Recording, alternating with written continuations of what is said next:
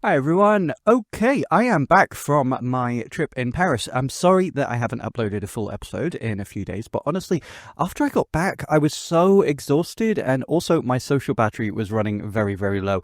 Don't get me wrong, I had an incredible time, but boy, that Nintendo Direct could not have come at a more inconvenient time for me. As some of you will know, I work in the film and TV industry, and I recently directed a documentary which had a big premiere unveiling in Paris. And directly afterwards, our unofficial YouTube mascot, Alize, my favorite singer ever, and super hot girl who, whenever I put her in my thumbnails, seems to increase the click-through rate. I wonder why. Anyway, she had a special two-night sold-out concert in Paris celebrating the 25th anniversary of her first single. God, time flies, doesn't it? And I was lucky enough to be there all day and all night filming and interviewing the crowds queuing outside on both days, filming the shows themselves, which were incredible, by the way, and then waiting around afterwards to meet and interview her. So basically, I barely slept for 3 days. And then, before I had time to recover from that, I received an invitation to an exclusive 2-day Pokémon promotional event, also in Paris, where I would get to meet and interview various amazing people, including people from the Pokémon company, visiting a real-life recreation of Lumios City. Some of you will know that Lumios City is based on Paris, so they actually kind of recreated Pokémon Paris inside real Paris, which was really cool. There were amazing photo opportunities.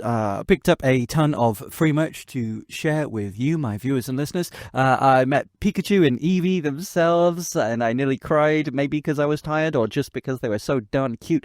And I got to play Pokemon Legends myself over a month before the release. And let me tell you, it was an incredible event, and I had an awesome time. And I'm super looking forward to Pokemon ZA. It's right at the top of my list of most hyped games.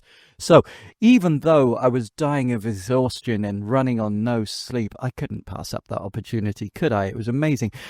If you aren't already, make sure to subscribe because I will be making several episodes with vlogs and gameplay footage and interviews and, of course, doing giveaways of that exclusive Paris merch. Anyway, as I was in Paris and all my emails about the event were in French, it seemed to me that basically everyone there would be French influencers, and I thought maybe I'd be the only English-speaking channel covering it. But I just saw the awesome Just Jess do her belated reaction to the Nintendo Direct. I'm sure most of you will know Jess, but if you don't, she's a streamer and YouTuber who is a super massive fan of Mario, Sonic, Kirby, Pokemon, etc. And often she goes viral for her completely over-the-top, but also completely genuine and, frankly, adorable reactions to reveals during directs and shows. I don't mean that in any kind of pervy way. I mean adorable because she's just like me in the fact that she just gets so into these things, and her enthusiasm is just completely infectious. I know that after I've watched any kind of gaming show or any kind of big reveal event, I often go and see if Jess has reacted to it because she gets so hyped about the same things that I tend to get hyped about. So it's really fun to watch someone else get so genuinely pumped up just like I do. But I did notice that she didn't react to the Nintendo Direct, which I thought was weird. I genuinely wondered if she'd been sick or something, as it's unlike her to miss a big Nintendo event, especially with Mario and Pokemon reveals. But then she did upload a video late in the last day or so, and she said that she was watching the Nintendo Direct late because she had just flown back to the States from Paris, as she had been at the event too. And she said that she had been so busy in Paris that she hadn't even bothered to try and cover the event. And that's probably what I should have done, to be fair, for my health. But I really didn't want to miss it, so I lost out on even more sleep by briefly travelling home to pick up my podcasting equipment like mics, etc., and then go back to Paris and record a full reaction on the day and split it into clips to be able to drip feed, often making the thumbnails on my laptop whilst on coaches or waiting in queues for different things. Don't say that I'm not dedicated. And in case you do want to thank me for that dedication, I believe this video will be the first one where YouTube has enabled super thanks. Just saying, no obligation, never any obligation at all, especially in this economy. But thank you to YouTube for finally offering you all the opportunity to support if you feel so inclined and if it's possible for you to do so. And if you do, thank you in advance. None of this travel was expenses covered, just like none of the games that I review are sent to me. I do tend to pay for all of this entirely by myself unless I explicitly say otherwise. So it's just a hobby for now. So every little helps, and I appreciate YouTube allowing me to turn on super thanks as just another option on top of my existing Buy Me a Coffee and Patreon. Links available at linktree/dailyswitch2, linktr.ee/dailyswitch2. Thank you very much. Oh, and Jess's reaction is super cool, by the way. You should totally watch it. I will link it in the description and the pinned comment. So yeah, I've already done my live reaction to this Nintendo Direct. If you haven't watched that already, I will link to that too.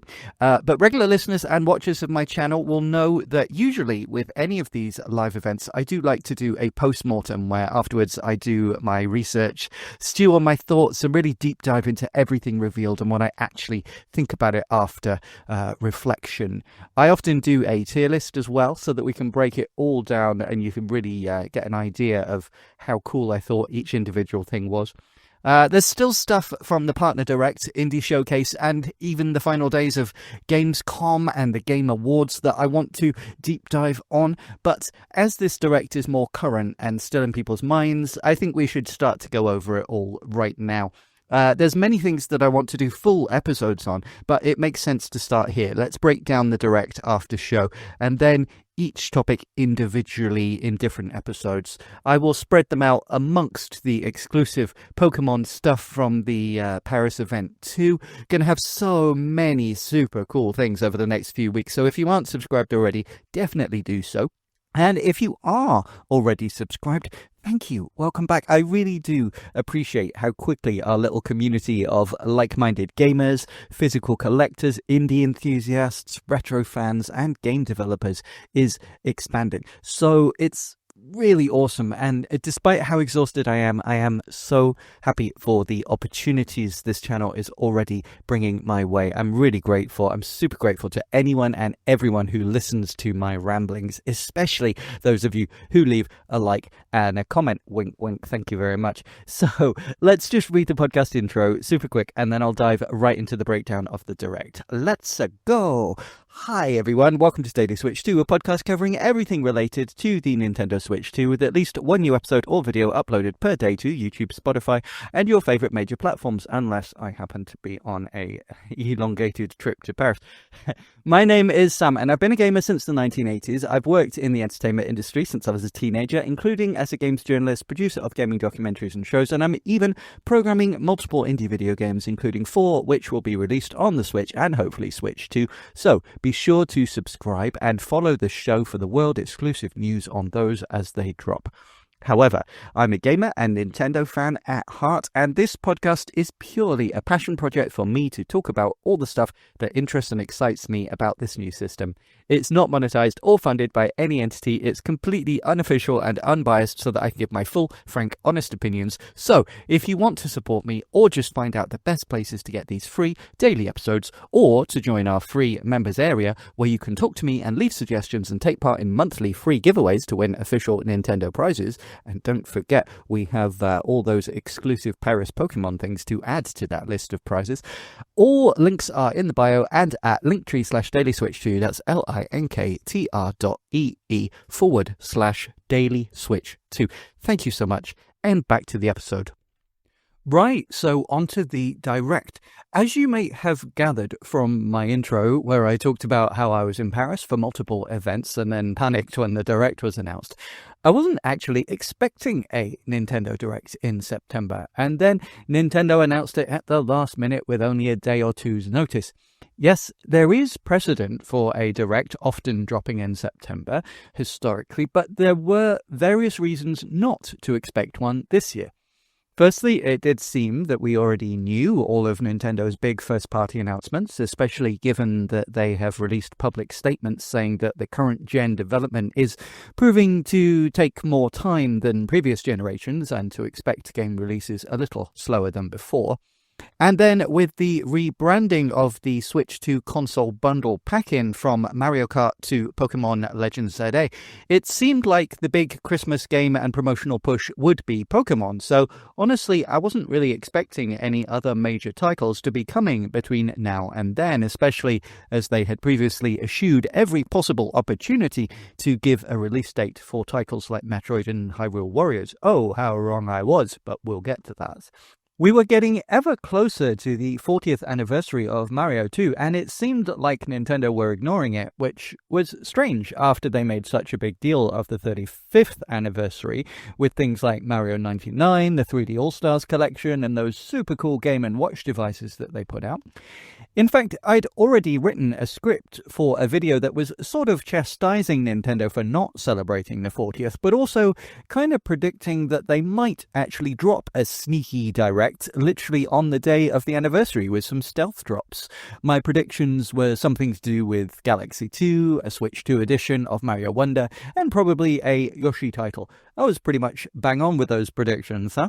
And then, obviously, that video never got made because suddenly I had to go to all these events in Paris and time ran away, and then we got this direct, didn't we? So what I couldn't have predicted was that Nintendo would actually not just stealth drop a 40th anniversary direct, but that it would actually be just the opening section of an hour-long direct. Actually, Nintendo's longest and most jam-packed direct ever. And I honestly think that game for game and reveal for reveal, this might actually be my favorite Nintendo Direct of all time. And it really made me feel very secure in the future of the Switch 2. Even if some of these announcements give me pause or things to complain about too, especially when it comes to pricing, but we'll get on to that. As I say in every podcast intro, I'm not sponsored by Nintendo or any other company like that, and while I'm a super fan, I'm certainly not a glazing channel, and I call out bull when I see it. And while there is stuff I'm really happy about in this direct, I do think that there's stuff to criticize too. So let's jump in first with that Super Mario 40th anniversary section. I've already released a separate clip about this, but I think we ought to go into more detail about the actual game reveals. Honestly, some pretty exciting stuff here, but it started with the updates about the Nintendo Museum and Marathon event in Japan. I've not much more to add here other than just to reiterate what I've said before in other videos where we cover directs and other presentations that have these kind of announcements. I think it's very cool that this kind of stuff exists, but I do feel that when they're showing Japan only stuff to a Western audience, they know that 99.9999999% of people watching this will never be able to afford to travel to experience these things, and frankly, even those that can would find it very difficult to get tickets as they are so limited and on a lottery-based system, I believe. So showing all this stuff feels less like a genuine advertisement for the events and locations themselves and kind of more as soft propaganda for the brands. It was really cool to see some of the artwork and behind-the-scenes stuff that will be exhibited at the museum, but I can't help but think that it's a missed opportunity to not include all of that stuff in a museum-style presentation included in one of your games. I really feel like a video presentation and explorable gallery of the pictures should all have been included in the Mario Galaxy 1 and 2 release, for example. Or even if you want to monetize it further, at least put out an official art book or something, rather than just showing very brief, low-res glimpses of video footage in a YouTube presentation of what you can see at a museum that the vast majority of people will never get to visit. It's really cool to see all this stuff, but it is a genuine shame to gatekeep it. Are they waiting for the 50th anniversary to let us all see it properly and hold like an art book in our hands or see scans on our TV with a presentation? I don't know. Charge us for the privilege? It's weird, isn't it? Next up It was a video teaser trailer for the new Mario movie and a title reveal, the Super Mario Galaxy movie. This was pretty darn cool.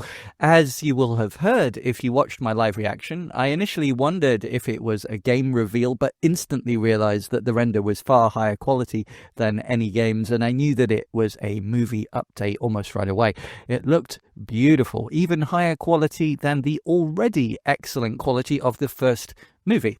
As I mentioned before, I'm in the film industry, and some of you will know that I used to work in animation too, and I've trained with Disney and Don Bluth, and nowadays I often work on Hollywood-adjacent VFX, and while many people were a little worried when Illumination were announced as the studio behind the Mario movie the first time round, people were concerned as they thought there might be some corners cut, but I can honestly say that I was very impressed with the first Mario movie. It looked beautiful, and this one looks even better. It's honestly kind of surprising that they jumped right into Galaxy for the second movie. I would have thought that a Super Mario World movie would have been a more logical second step. Often with long-running franchises, you send the characters into space in like the third or fourth or fifth movie when you've already exhausted everything that you think that you can do on their home planet. It makes me wonder what the third Mario movie could even be. But we do know that a live-action Zelda movie is coming, and it's at least heavily rumored that we will get an animated Donkey Kong movie. So it makes me wonder if the plan is to not make a third Mario movie, but instead have a Nintendo movie with multiple characters and universes colliding, Avengers style. That would be super cool, and it's not like Nintendo don't mix their franchises in the games, like Smash Brothers, Mario Kart, etc. Even Mario and Sonic at the Olympics stuff. That would be amazing. Can you imagine how much box office a Sonic and Mario movie would make, given the successes of the last movies from each franchise standalone? If you were watching on YouTube rather than listening on Spotify or whatever, you might have noticed that while I'm talking about the movie, I'm not showing footage of the teaser trailer as I'm talking about it. And here is my big bugbear about this reveal. In my live reaction to the Direct, I got a copyright claim for the trailer, even though I included an overlay and I gave a full running commentary over it talking about it, so it 100% counts as fair use. Screw me for wanting to give them free advertising, I guess. Oh well. I didn't do what most YouTubers did and just chopped out that section so they could be monetized, and instead I left it in, meaning that any ad revenue from that video for the rest of time will go to Nintendo and Illuminations and not to myself, because I wanted the integrity of leaving in my full live reaction as it happened. Again, good thing that people can now leave a super thanks if they want to. Lol, just kidding.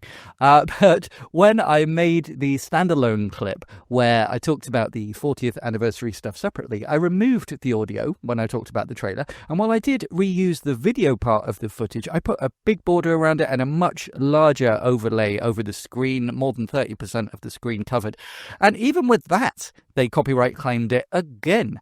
Seemingly, they have done this to all YouTubers trying to talk about the movie, and my only conclusion can be that someone at either Nintendo or Illumination really doesn't want YouTubers talking about the movie or giving it free promotion. It's weird.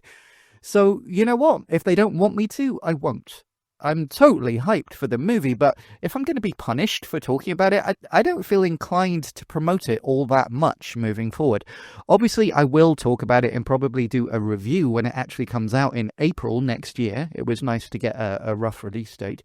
But as far as really detailed lore breakdowns and animation analysis of each forthcoming trailer, etc., I'm afraid they've kind of burnt their bridges here unless they change their policies.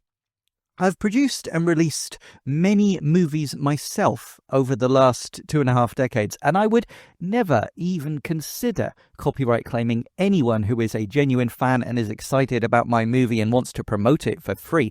That is crazy, and I do not understand the logic in the slightest.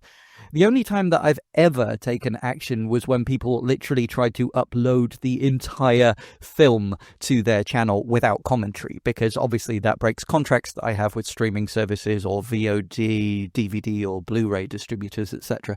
But other than that, in this day and age, you get better promotion for free through social media than you do from paying a fortune for billboards and paid advertisements, etc. So I've no idea why they would want to copy strike people giving legitimate reasons and commentary about trailers, especially people who are just being 100% excited and positive in their reactions like I was. They are shooting themselves in the foot and actually dampening the hype and creating frustration or even mild resentment with the very people that would be providing free advertising. Obviously, I'm only a tiny channel, but I am friends with many big influencers, and there has been much annoyance and behind-the-scenes grumbling about this, and it will affect how much people want to give free promotion to this movie moving forward, which is a real shame. I'll just leave it at that. I'm still hyped for the movie, obviously. It just makes me hesitant to cover it in the future. I won't give any of this stuff a tier list rating, as none of this so far has been a game announcement. But obviously, being the Mario Galaxy movie, it leads us nicely into a game announcement.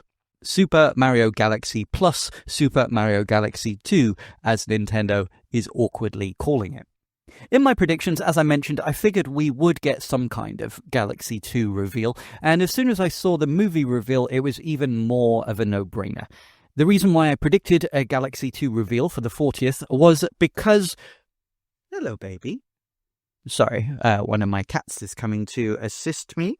This is Petit Chaton. C'est bonjour, Petit Chaton. Ouais. Bonjour de mes abonnés. Sorry, my cat is French, so I speak French with him. Ouais. Ouais. Désolé.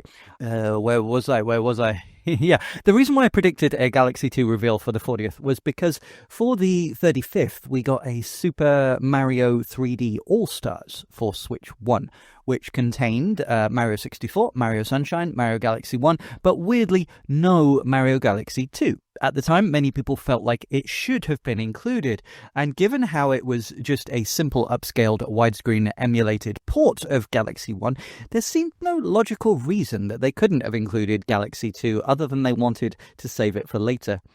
That 3D All-Stars collection was fairly controversial when it released for various reasons. Many people felt it was somewhat undercooked and should have included more content, not just Galaxy 2, but why not museum-style videos or galleries? Again, like I mentioned earlier, there is a wealth of stuff that Nintendo has access to that could really round out these kind of packages and make them feel more like a celebration. I'm thinking of the excellent work of companies like Digital Eclipse do when they put out compilations. We'll get onto that later with the Mortal Kombat collection, which I'm 100% getting and really looking forward to. Another thing that was controversial was the price. $60. Way, yes it was, wasn't it, baby? Way.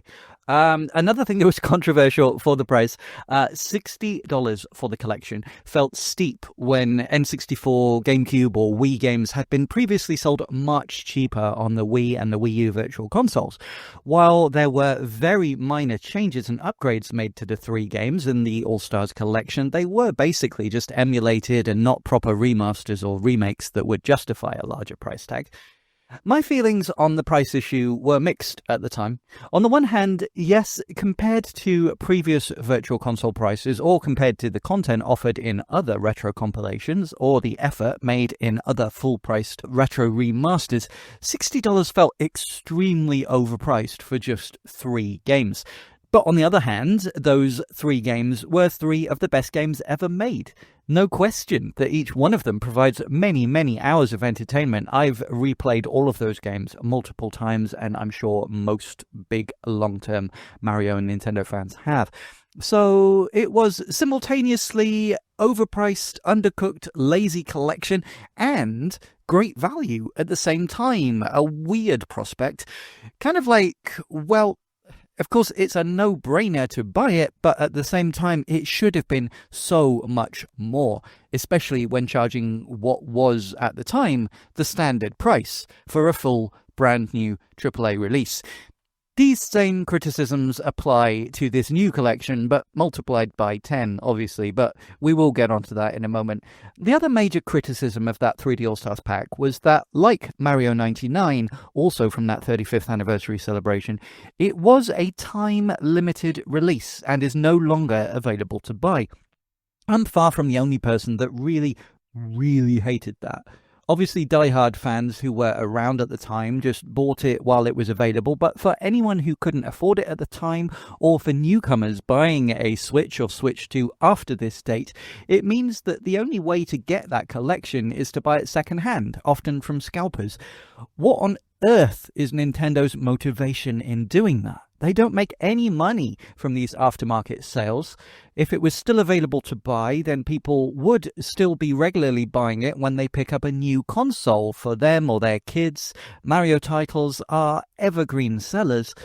Sure, Mario 64 and Mario Sunshine are now on the Switch online services, but there are plenty of people who don't buy that because they don't want their kids going online, and also plenty of people that want to physically own these games on a cartridge to be able to always play it in the future, or to just have a nice box on the shelf, you know? Physical collections forever, not just renting things with a subscription. So I knew we'd probably be getting Mario Galaxy 1 and 2 available for the 40th anniversary. It only made sense, but I did fear that they would either be digital only, possibly linked to only Switch Online subscriptions, or if they did release it physically, they would only be available for a limited amount of time.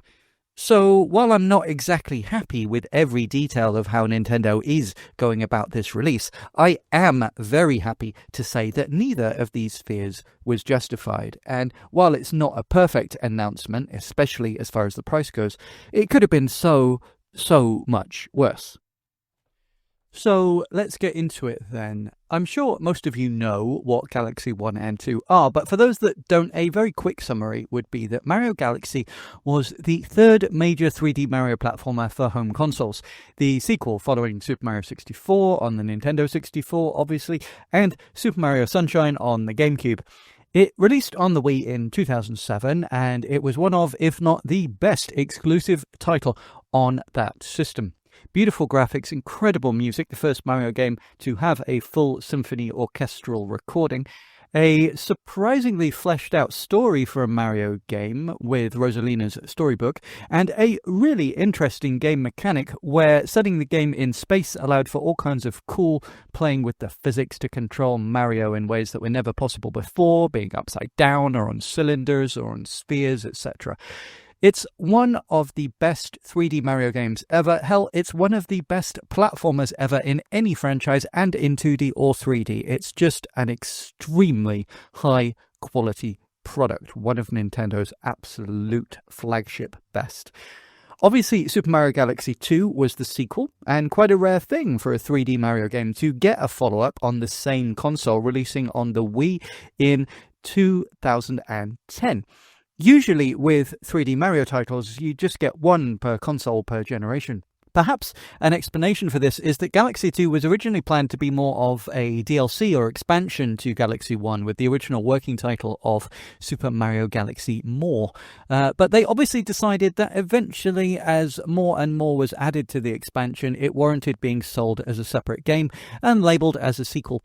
A bit like what we talked about at length in my developer's breakdown of Hollow Knight Silksong, and what I've considered with my own games that I'm developing. When you make a game, it's natural to have feature creep, cool ideas that occur to you while developing, and things that you want to include if you have enough time. And it's always important to know what needs to be in the base release, what could potentially be saved for DLC or later expansions, whether free or paid for, and what is just too much, too elaborate, too pricey and time-consuming to develop, and what warrants being saved for a true sequel if the first game does well enough to justify such a thing. Mario Galaxy 2 is beloved by many, myself included, but what's always been controversial is which is better, Galaxy 1 or 2, and whether it should really count as a true sequel or whether it really is just more of the same.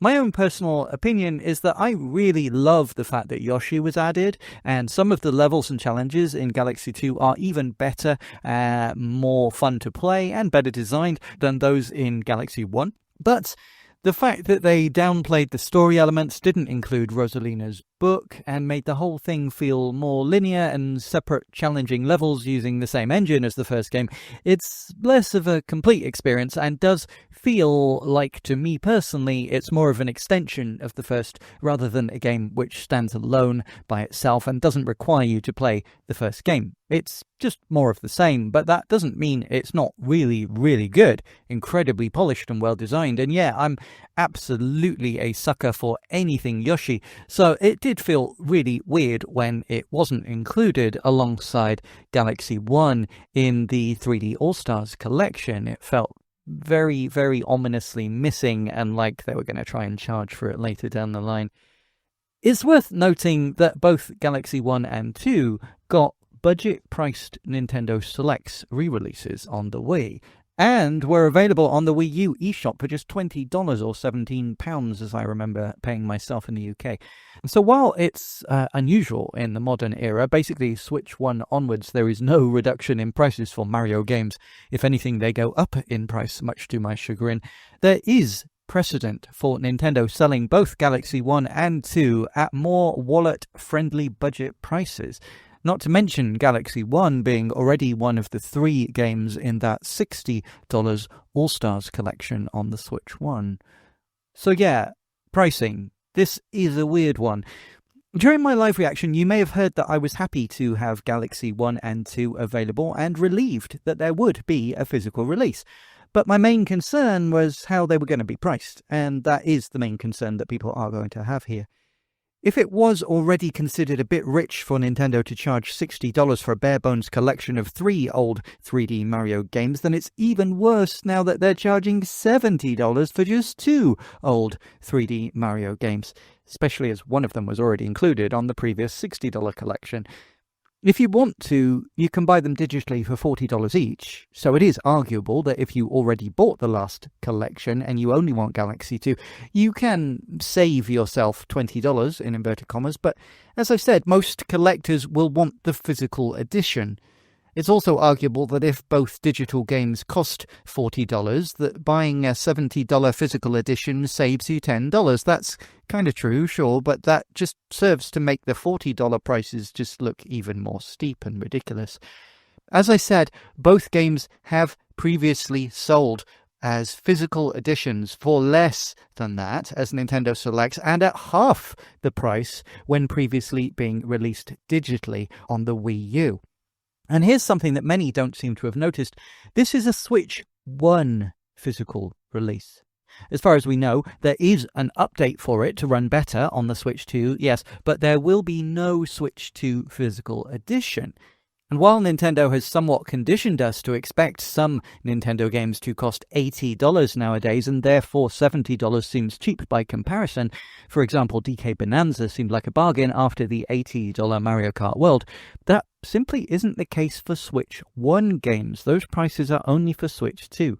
The standard price for first-party Switch 1 games is and always has been $60, and until now, there has only ever been one other Switch 1 game that Nintendo charged $70 for. Say it with me, Legend of Zelda Tears of the Kingdom. We've spoken about that before at length, but it was a very controversial thing at the time, and many people boycotted that game because of the fact it was so much more expensive, and they didn't want to encourage the price increase becoming the standard. And every Switch 1 game since Tears of the Kingdom has gone back down to $60 or below until now. In fact, Nintendo had an almost apologetic stance on the pricing of Tears of the Kingdom, basically saying that it was a one-off simply because of how huge the game was and how difficult and expensive it had been to develop. That excuse simply cannot be applied here. These aren't full remakes or remasters from the ground up. This should not cost $70 under any circumstances. But it does. And I will buy it. I am a part of the problem. I know this and I am sorry. So often with this generation so far, it has felt like us diehard Nintendo fans are being taken advantage of, and Nintendo simply doesn't care that pretty much all of their customers are hurting for money right now because of the economy and world circumstances. They know how much fans want to play Galaxy 1 and 2 on their Switch, and especially Switch 2, and they know how many fans collect every single Mario release. They can charge whatever they want. I guess we should feel lucky that they didn't make it a Switch 2 exclusive game and therefore feel justified in charging $80 for it. But I don't feel lucky. I feel exploited, and I see many people online saying the same. Here's the thing though, a bit like what I said about my review of the recent $80 Kirby Switch 2 edition, is there $70 worth of value here? Yes. Obviously, these are two of the best games ever made. They are quality titles. If you've never played them before, they are 100% worth your time. And by the looks of it, these will absolutely be the best way to play both games, especially if you're playing on a Switch 2. So the people will just about tolerate this pricing. But Nintendo are pushing their luck. I honestly feel that if this was $50, they would probably sell significantly more copies and make a bigger profit. By pricing it this high, it's taking it from a no-brainer to a maybe I'll pick it up later down the line second-hand for all but the die-hardiest of diehards. It seems that Nintendo is making this mistake often with the Switch 2. It's basically a market economics thing. They would sell far more copies and have more happy and loyal customers who can also afford to buy more products if they just made everything a little bit cheaper. Sure, they would make less profit per unit, but by selling many more units, they'd make significantly more money overall, so they're shooting themselves in the foot. Their current pricing models seem completely broken, and while they can blame certain factors for the increased prices of hardware, the Switch 1 carts, and especially the digital-only copies, are not affected by this in the slightest, and there is no excuse for the current prices. If they wanted to get away with charging $70 or even $80, maybe they could have re-released the 3D All-Stars collection, but have it be 3D All-Stars Collection Nintendo Switch 2 edition. So you'd have upgraded and better running versions of Mario 64. Please give it a widescreen version this time. Plus Mario Sunshine, plus Galaxy 1 and 2. And especially if they'd have included, 2D games as well, Mario 1 to 3, Super Mario World, Yoshi's Island. That would have been, really incredible and feel worth it for $80, especially if they had included, like I mentioned, things like the Digital Eclipse style museum stuff, scans of cool behind-the-scenes artwork and video interviews and things. All of that would have been very easy, practically free for Nintendo to include, but it would have made the package feel better value. At $70, this only feels like good value if you have literally never played these games before and never bought a copy of them before. But I imagine most people listening to this will have played these games before, will already own copies. So the question becomes, what makes these versions different to the versions that you already own and have already paid for? And that's where this becomes slightly interesting. So first up, the graphics get an upgrade in resolution, at least 1080p on the Switch 1 when playing docked, and 4K on the Switch 2. Obviously, that's 720p on Switch 1 and 1080p on Switch 2 when playing portably because of the limits of the respective screens. It looks nice, and it looks to be running just as smoothly as you'd want. The originals already ran at 60 frames per second, so there's no change there. It's worth noting that the Switch 2 performance upgrade patch is free, but this price, it darn well better be. If it wasn't, I think there would be riots in the streets if they tried to charge extra for it. Nintendo haven't specifically mentioned other graphics updates to the 3D portions of the game. I personally don't think that there are new models here, nor new textures. There's conflicting opinions on it, because in direct comparisons, you can see that the textures do look improved over the originals, even if you play via an emulator at a high resolution. And some people have said that these are new texture packs injected into the ROMs, but personally, I don't think so. I think this is some kind of internal upscaling algorithm, as I don't see any actual changes, and it's not quite as sharp as completely redrawn textures would be. Plus, if Nintendo had gone to the trouble of redrawing everything, they would absolutely mention it, considering how many minor things that they're mentioning as if they're big selling points. Certainly with the 4K Switch 2 version, they will be using some form of the console's built-in DLSS or something similar, and maybe a filter to increase the color contrast to kind of fake HDR or something like they have done with other games. Regardless, it all looks very nice. It's a definite improvement, albeit one with the minimum of effort required. Like they did with the 3D Allstars games, they have injected new 2D graphics so that the UI elements and fonts match the higher resolution. That's a nice touch. One thing that always bothers me with emulated 3D games is where the resolution of the polygons is increased, but the 2D UI looks blocky in comparison. Probably my favourite improvement is that the pre-rendered cutscenes have clearly been re-rendered at a higher resolution and therefore look much cleaner. In the 3D All-Stars version of Galaxy 1, they were just upscaled, which gave some quality issues and artifacting, so these new versions do look much nicer.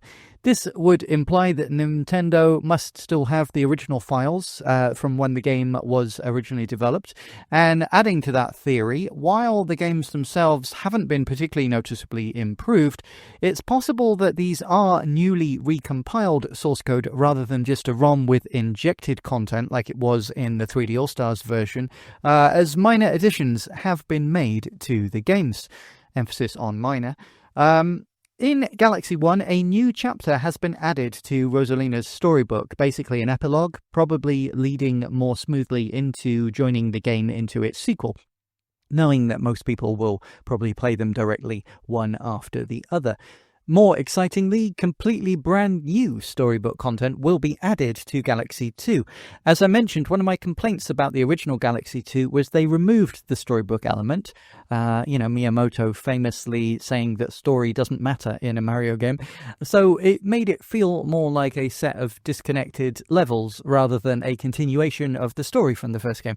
So the two together will now feel a lot more of a cohesive package tied together by Rosalina's story, perhaps a bit like how Sonic 3 and Sonic & Knuckles were originally sold as separate cartridges and could be played as standalone, but when combined together, it makes the full cohesive experience. It remains to be seen how substantial this new storybook content is, but it really is nice that it is here, and to me it fixes my only real complaint with the original Galaxy 2, making this definitely the best way to play. For those that want it, there is now an assist mode as well. It gives you more health, lets you return to platforms that you've fallen off from, and a second player can control a star, collecting star bits and coins and attacking enemies to make player one have an easier time of it. Personally, I never used these kind of things, but as a parent, I do definitely understand that this can be really cool for those who want to play with younger kids, or for kids to play along with their younger siblings. And also, it makes the games more accessible for those with different needs, abilities, physical mobility, etc. So I will always praise these kind of additions being included, and I do try and think of adding these kind of options to my own games that I make in order to make them more accessible to others too. You can play the soundtracks in the game as well, 154 songs within the music mode, but that's kind of limited value here really, as the soundtracks have already been added to the Nintendo Music app. It says that there are more new songs from the new storybook content. I don't know if these are also going to be included in Nintendo Music, or if these will be exclusive to the new version of the game only. I'm sure that they will be added to YouTube or whatever unofficially if they never make it through official channels. So it's not as cool as museum or gallery content, but it is a nice bonus addition for free for sure.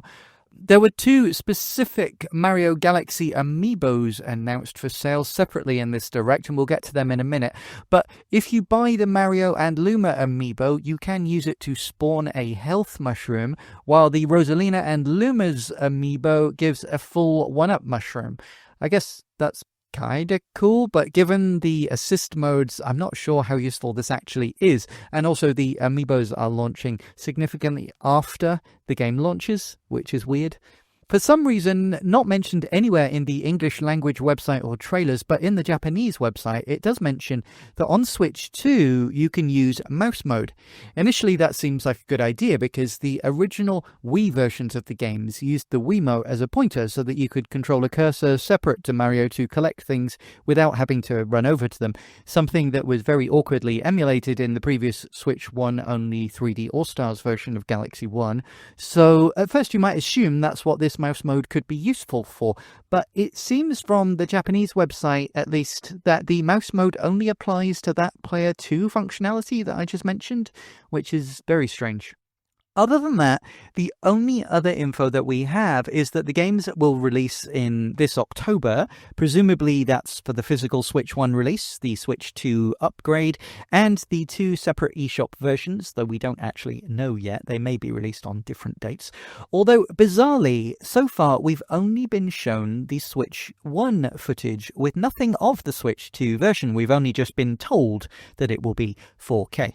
This makes me wonder if it actually is just 1080p using DLSS to output the 4K, and they are avoiding putting up footage to fend off pixel peepers like Digital Foundry and the like. Either way, 1080p is fine for me. These were good-looking games anyway, to be honest. Right, so that is literally everything to know about Super Mario Galaxy plus Super Mario Galaxy 2 for the Switch 1, and its free Switch 2 upgrade of what we know about it so far. Basically, it's very slightly upgraded versions of 2 of the very best Mario games. Very easy to recommend if you've never bought or played them before, but a pretty scandalously large price for those of us who've already played them countless times.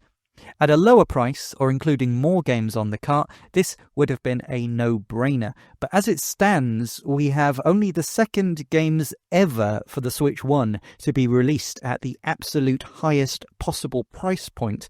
And it's basically just upscaled versions of 2 games that have previously been sold as budget $20 releases by Nintendo. And although I didn't mention this before, I'm pretty sure I remember that when they were initially released on the Wii U, for the first week or 2, they were actually on sale for just $9 each. So previously, both of these games you could have bought for $18 for both of them, and now Nintendo is charging $70 or $80 if you buy both separately digitally. It's kind of crazy. This one is for just newcomers or collectors only, frankly. But I said I'd make a tier list for all game announcements in this Direct. Were the price more reasonable, or with more games included on the cart, or a proper remake from the ground up, this would have been an easy S tier just because of how good the original base games are. And I don't want to downplay that. These are excellent, excellent games, some of my favourites. Were it digital only, or adding them to Switch Online, I would have just put them at B tier. So I think that this comfortably sits at an A tier in between the two, as long as I am allowed to complain loudly about the price every time I mention them until the end of time. A strong start to the Direct, but it could so easily have been much, much more of a convincing win had it just been priced more reasonably, or if the games had more included on the cart. Oh well. Still, 2 great games coming to Switch 1 with a free Switch 2 upgrade. Can't really complain. Next up, we are still on a Mario Galaxy themed tip, while not really game content. As I briefly mentioned, they announced 2 new Galaxy themed Amiibos, one of Mario flying with a Luma, and another of Rosalina sat in her chair reading her book to 2 Lumas. These are being released on the 2nd of April next year, so presumably to coincide roughly with the movie, which they stated was coming out in April. Weird that it's so long after the release of the games, being that they do have minor in-game functionality. But I'm assuming that they think after the movie comes out, more people will buy the games. And the only reason we're getting the games released earlier rather than waiting to coincide with the movie is so that they can say that the games are part of the 40th anniversary, I guess. The thing with the Amiibos they are $40 each. Amiibos used to be like $10 to $15. Often they would go on sale. I remember seeing the Animal Crossing ones especially being like $3, $4. Now, admittedly, these ones are slightly larger than your average Amiibo size. But for me, that's actually kind of a bad thing. It annoys me that not all the Amiibo are of the same scale. So if you wanted to display them all together, they don't match with each other. I've talked before about how I got completely addicted to collecting every single Disney Infinity figure, and one of the things that I found so cool about those games and figures specifically was that you could have characters from completely different properties. 2D animation, Pixar and other CG animation, live-action humans like Pirates of the Caribbean, Star Wars, Marvel, etc. And they were all made to be the same size and in slightly adjusted custom art styles so that they could all realistically match and feel like they existed in the same universe and could play together in the same games and not look out of place. These larger Amiibos just look like unrelated statues. They don't fit in with the other Amiibos to me. And frankly, for $40, I would expect higher quality or more detailed statues than what I'm seeing in these video and photo previews. I don't know. I'll wait until I see them in person, I guess. Of more interest to me is that Rosalina's Storybook is actually getting a physical release this November. That's pretty darn cool. I love it when in-game items get real-world releases, and it looks like a really nice quality hardbacked art book. It's $25, which I actually feel is a pretty reasonable price too. But the disappointment is that it only includes the pages from the original Mario Galaxy Wii release, so it doesn't include the new epilogue chapter from this new version of Galaxy 1, nor the new Galaxy 2 chapters. And for me, that kind of ruins it, because now it will feel like the story is incomplete. For those maybe a bit younger than me who have extreme nostalgia for Galaxy 1 and playing it on the Wii, maybe it was their first Mario game or it's their favourite game or whatever, this will obviously be a no-brainer must-buy. For me, I think it's really neat, but I probably won't pick it up because of that missing content. It will always feel, it's good, but it could have been so much better, you know? I do think that the price is surprisingly low and reasonable compared to the game and the Amiibos, though. It's from Dark Horse Books, and I have bought books from them before. I have no doubt that the printing and the binding quality will be great. Again, it's not game content, so I'm not going to give it a tier list rating, but yeah, it's pretty cool, and I'm sure some people will be really excited for it. Okay, next up was Mario Tennis Fever. It's funny because while talking about this game in my live reaction, I started to mention how the first Mario Tennis game had an RPG mode, thinking of the Game Boy Color release. And then I corrected myself to say that actually the very first Mario Tennis game was on the Virtual Boy, but basically nobody knows about that one. Obviously, at that point in the Direct, I had literally no idea that, spoilers, they were going to announce a whole freaking Virtual Boy accessory later on in the same Direct. But yeah. Mario Tennis games have a mixed reputation with me. They are almost always pretty fun for the basic gameplay, but as a full-priced game, it can vary wildly as to whether they are worth buying or not, for me at least, depending on various factors. To my taste, how much they lean into the Mario aspects and have some crazy power-ups, fun, creative, alternative play modes, etc. And, of course, how much single-player content there is, rather than just relying on being fun in multiplayer, which pretty much every sports game that controls properly is fun in multiplayer. That's basically a given. For example, something like Mario Tennis Ultra Smash was actually insulting in how bare bones it was when it released, especially at full price. Mario Tennis Aces on Switch 1 was significantly better. Again, it launched with less content than I'd like, but it improved over time, and it was much better than the Wii U title. Now, when this game first started playing in the Direct, I was tentatively interested in it, but I did feel like, why weren't we just getting DLC or an upgraded Switch 2 version of Aces? However, the more the trailer played, the more I got into it, and it showed a lot more variety, a lot more of that zany cartoon arcade wackiness, rather than just being straight tennis only. And then, just as I was lamenting how Mario Tennis games used to have a full RPG mode attached, they show what looked like a top-down RPG mode in this game, and suddenly I'm sold. Rewatching the trailer, it does look really nice.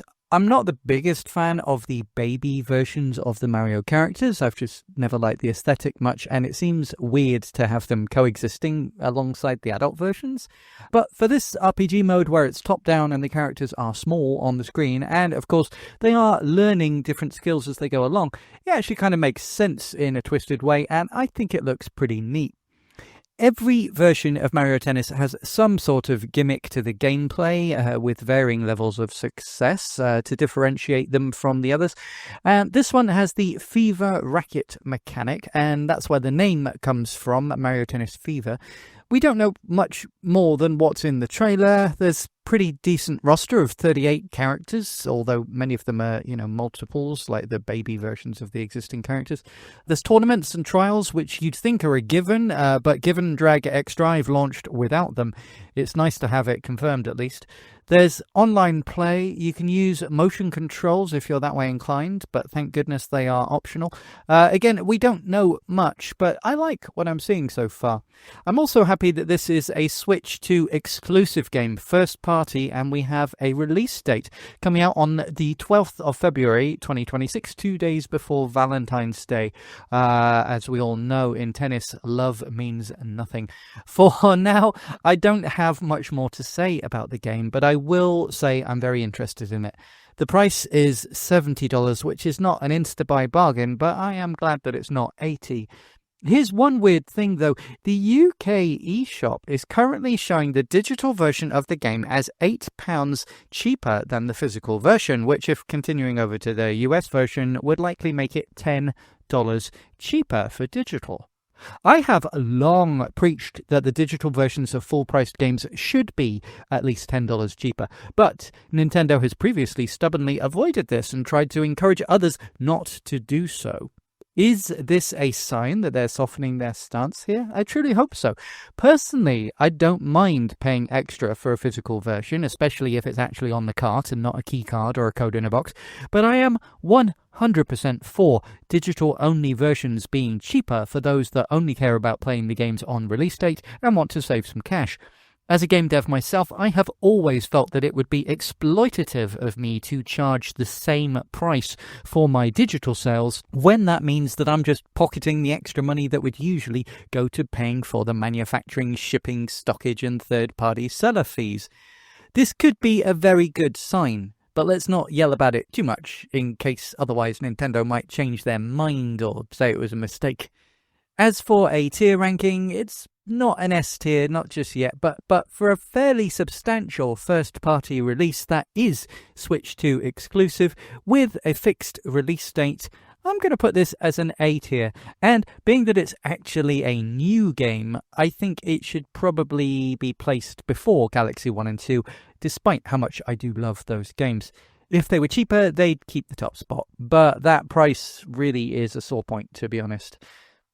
After that, another one of my predictions coming true, a Nintendo Switch 2 edition for Super Mario Bros. Wonder. Okay, now, Mario Wonder is one of my favourite Mario games. While I enjoyed them, I've got to admit that I never fully loved the new Super Mario Bros. Series. They always felt a bit sterile and lost some of the charm of the original 2D games for my personal taste. Mario Wonder felt like an absolute return to form for 2D Mario, in my opinion. I remember it released the same week as Sonic Superstars, which I also loved, despite the bosses making it feel a bit disjointed. Having a new 2D Mario and 2D Sonic release in the same week, and both of them were good. It was a real treat. It felt like returning to the early 90s, and I loved it. I was actually going through quite a difficult time in my personal life at the time, it was a great distraction. It cheered me up.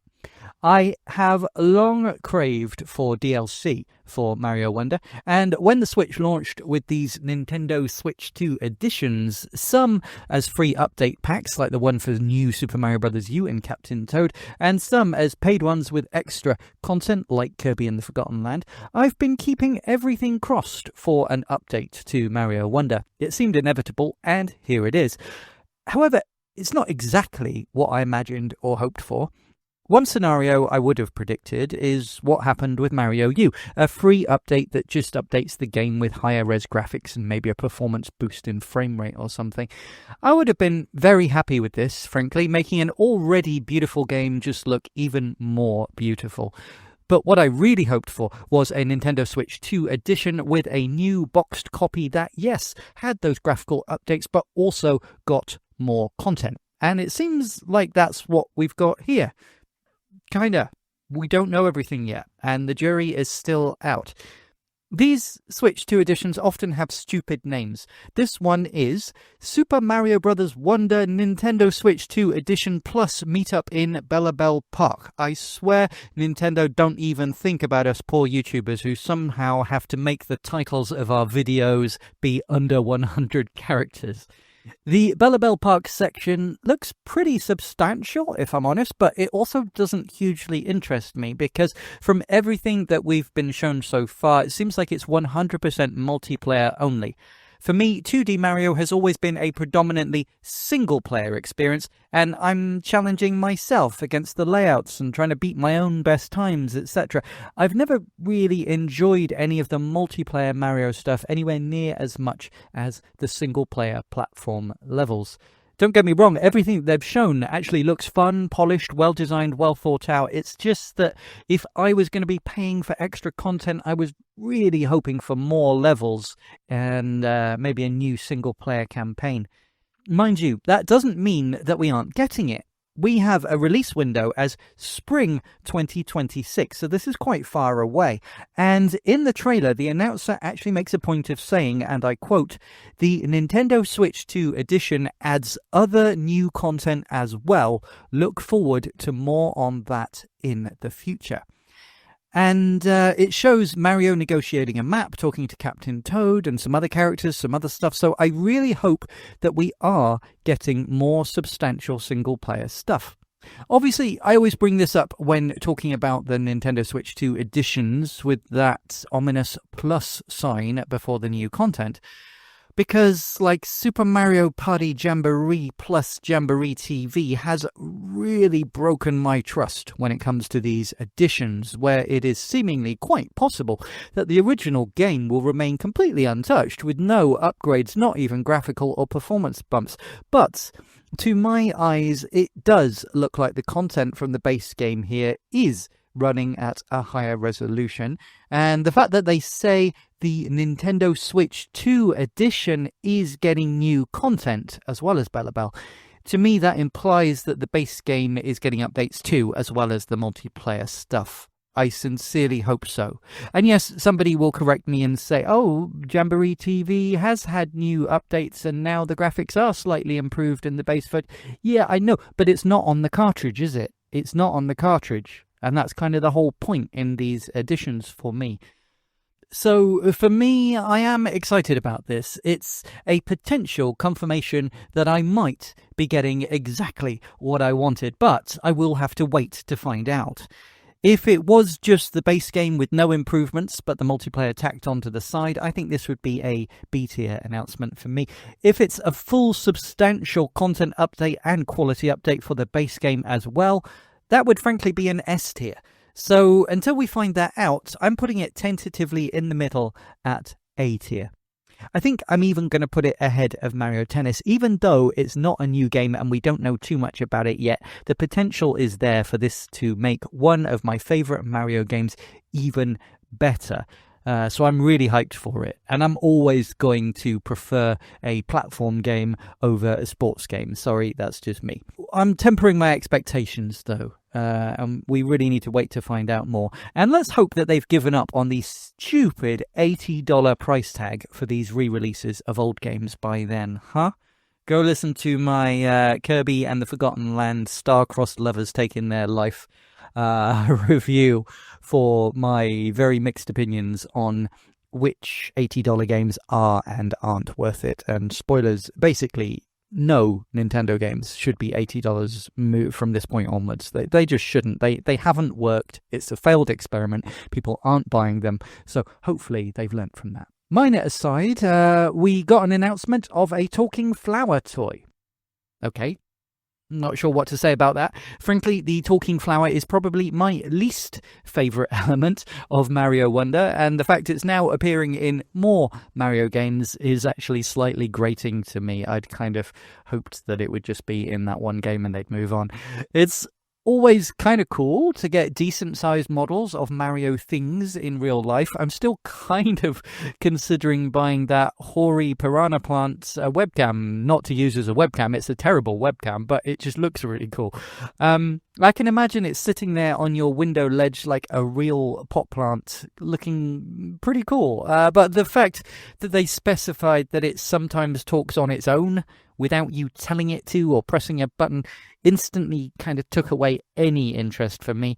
I mentioned this in the live reaction, but I once had a housemate that brought a Furby with them when they moved in, and it literally never shut up and would randomly make noise even late at night, and every time it would make me jump, or it would wake up one of my kids who was a baby at the time, and eventually we had to take out its batteries. And because it was a cute little thing, I felt super guilty about it, but my god, it was annoying. We don't have a price for this talking flower yet, or a fixed release date. It looks like it might be April next year in Japan, and maybe as late as August for an English language version, which is weird. Apparently the talking is just completely random, and there is no intelligence, like they aren't even slightly motion or voice activated, and if you buy several of them, they sadly won't interact with each other, which is a shame. I mean, come on, even in the early 1980s, we had Teddy Ruxpin and Grubby would talk to each other. That was pretty darn cool. You had to basically remortgage your house to be able to afford them, but if you were rich enough to be able to afford both, they would sing songs and harmonize with each other and talk to each other. My god, that was cool. So, when the price is announced, I do hope that it's cheap. Because while the talking flower might look cool, it's exceedingly basic functionality. And unless there are literally hundreds of phrases, it will get repetitive and annoying very, very quickly. And the internal electronics to make it just say a few phrases randomly when you press a button or at a random interval, that's basically the kind of thing that if you buy like a cheap little novelty toy for $2.99 in the gadget store, that's the kind of thing that you can get nowadays. So this really had better not be a very expensive toy. But I'm probably not going to buy one anyway. Immediately after, another one of my predictions came true, although not exactly how I expected. I thought that it was unlikely that we would get a new 3D Mario game announced so soon after DK Bonanza, especially as Bonanza came from the same team that made Mario Odyssey. So that would basically be impossible, but I did think that it was likely that we would get a Yoshi game, probably from a second or third party. There was an accidental leak a while back where one of the official Nintendo channels or websites from somewhere, I can't remember where, but I know it was a non-English speaking country, accidentally leaked an image of Yoshi's Woolly World on the dashboard. So it's safe to say that at some point we will probably be getting either a Switch 1 or Switch 2 version of that game. I feel like I've been asking for that for forever, and it is such an easy win. It's a fan favourite, and it's still stuck on the Wii U or 3DS, and so many people would buy it a second or third time, as it is really great, one of the all-time best. I think many people agree with me that Crafted World was really good, but not a patch on Woolly World, and people have been asking for a re-release for basically ever since that Switch game launched. It would be easy and quick for Nintendo, so it seems like a no-brainer, but maybe they're keeping it for a rainy day when they have a lull in the release schedule, just like those fabled, supposedly long-finished versions of Wind Waker and Twilight Princess HD. It also seemed possible that we might finally get a 3D Yoshi game, but as I said, probably from a second or third-party development partner. For whatever reason, ever since the days of the N64, people have been hoping for a 3D Yoshi game, but one never came. Just like with Kirby, but then, of course, finally, after there seemed no hope, we did get Forgotten Land. If it could happen to Kirby, maybe it could happen to Yoshi, right? Obligatory mention here that Croc on the PlayStation, Saturn and PC originally started life as a 3D Yoshi game from Argonaut, the developers of Star Fox, until Nintendo rejected their prototype and they jumped ship.